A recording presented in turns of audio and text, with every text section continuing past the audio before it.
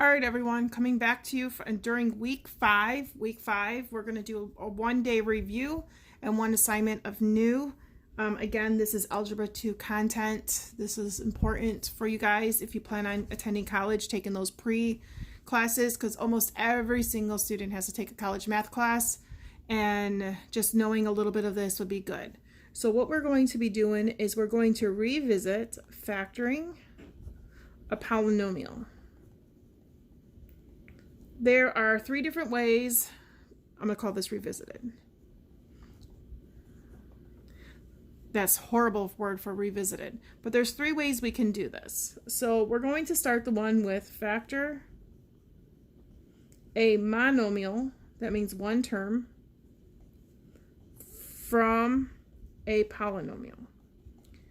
What we're going to be doing is factoring stuff and then canceling stuff out. It's actually kind of a cool assignment. I kind of like this one. I like factoring and I like this one. So I know I'm a nerdy math teacher. So what we're going to do is we're going to write down 19x squared minus 18x. What I need to do is take something out of both of these because we can't really factor because there's not three terms. So if we look, we have to see what we can divide both things by. 9 and 18, let's start with the whole numbers first, the coefficients. 9 and 18, we can divide 9 out of both of these. This one has two x's. This represents that there's two x's. This has one. So we can take out the smaller amount of each one. So what we do is we would write 9x, what we wrote on the bottom here. So 9x squared divided by 9x. The 9's cancel out. X squared divided by x is x. And then 18 divided by 9 is 2. X divided by x is 1. And then we factored out. This is factoring out a monomial from a polynomial. So we're going to do a couple more of these.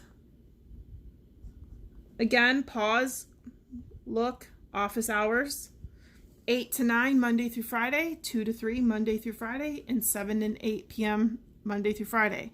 You guys can come on and you don't even need to have the video on or anything, and I'll be more than happy to show you how to do these and answer your questions. It's better if you guys do that than trying to send it in a text message or an email because it's more confusing. Okay, so we have to see if we can divide anything here.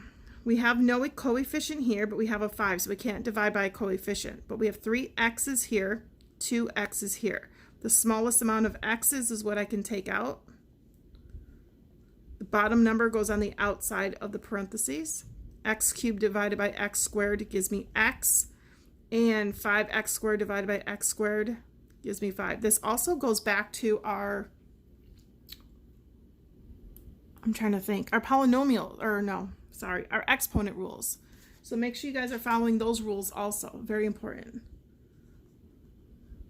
So then we have 6x squared minus 12x cubed minus 18x4.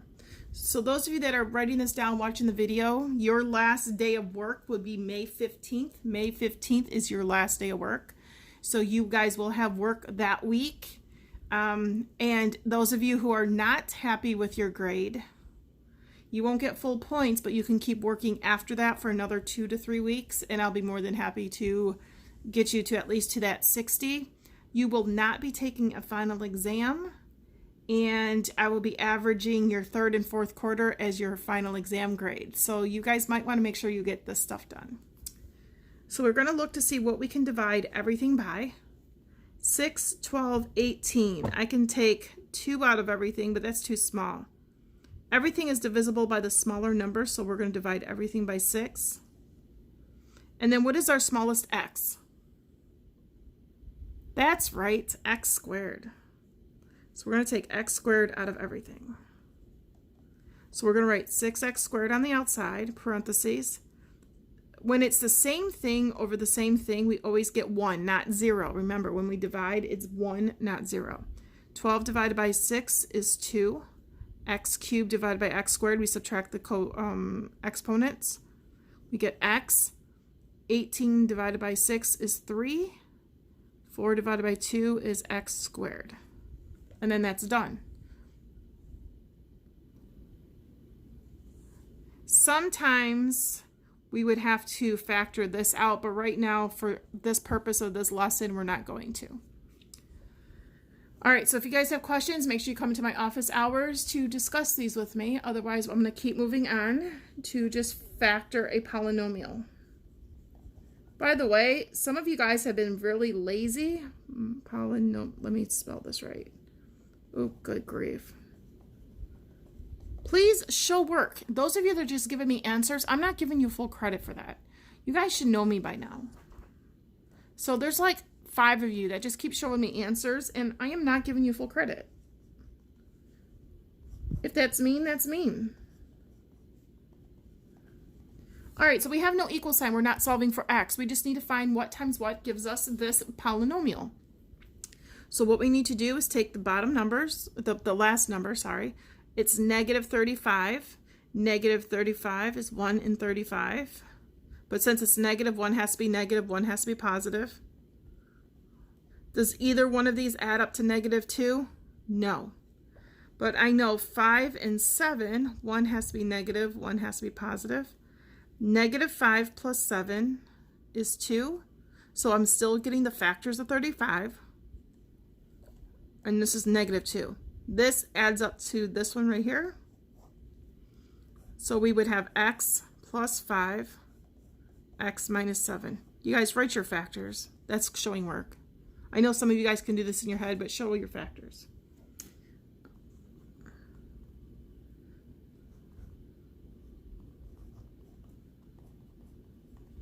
All right, so we actually even did one of these as one of our quick questions.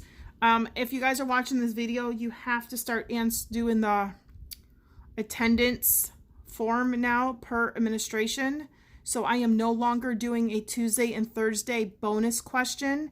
You just have to do the attendance and then do your 2 assignments that I assign you every week for the next 3 weeks. So just giving you guys heads up that there will no longer be bonus questions. Those questions are now done. Now it's just strictly work. 15, since this is positive and this is negative, that means they both have to be negative to add up to be a negative term. So 15 is 3 and 5. Let's check it. Negative 3 plus negative 5 is negative 8. So these are our 2 factors that we put inside our parentheses. X minus 3, x minus 5. Okay, so now we're going to go into the next harder one. And I need to see if you guys can see this.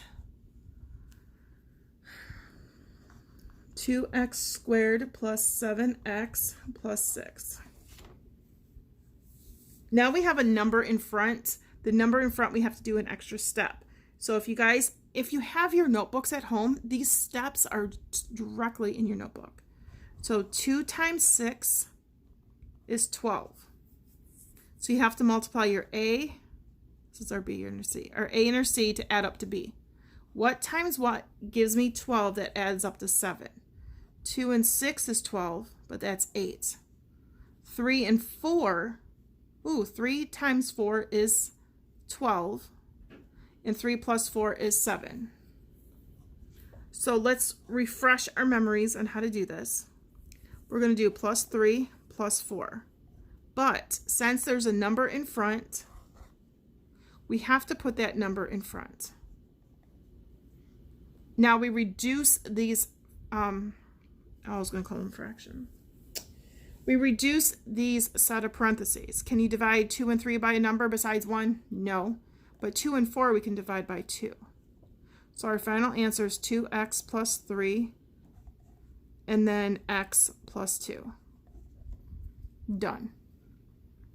We are going to need to get to this point for our assignment that you guys will be watching second video on, and this could be helpful too. So we're going to keep going because I'm going to do difference of squares, and I have to flip the page. So hopefully you guys have paused the video right now if you need to keep writing. So I'm going to do one more of these down here. So 2 squared. And I actually wrote it on the back of a page. I didn't realize I was going to go to 2 pages. Minus 3x. Minus 35. I hope you guys are all doing good. I do miss you. I even miss the aggravation. I miss the picking on people. I just miss your faces. I miss anything and everything. I miss you guys needing a pencil every day. I just miss being with you guys. So just letting you know. All right, so we have a number in front, so we have to multiply. 2 times negative 35. Remember, this negative goes with the 35. The minus goes with the 35. So that's negative 70. What times what gives me negative 70 that adds up to negative 3? Now I can do 1 and 70, 2 and 35, but trying to keep this video shorter, even though it's already a good 10 minutes. It's going to be negative 10 positive 3, because negative 10 plus 3 is going to give me negative 7. So we're going to write the 2x from here. Remember, the front goes here. I'm just making sure you guys can see it. Minus 10, and then we rewrite it again, 2x plus 3.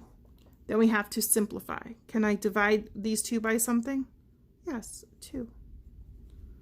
So we have x minus 5. And then can we divide this by something? No. 2x plus 3. Again, this is review. Look through your notebook. And then we're going to do the last one, so this video isn't like an hour long. Difference of squares. All right, I'm not really sure if I went over this back in the day. I might have, I may not have. All right, so you might have something with 2 terms. We cannot take anything out of the x. We cannot take anything out of the 4 to take stuff out. But if we look here, this is a perfect square. This is a perfect square. So we're going to do the square root of x squared and the square root of 4. There's 2 x's, so when you take the square root, we get x. 4 is 2 times 2, so that becomes 2.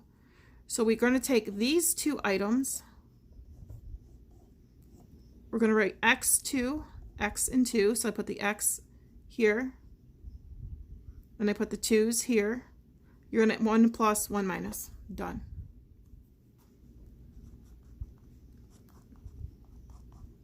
Now would be a good time to pause to comprehend, because I'm going to go do 2 more, and then I'm done with the video today.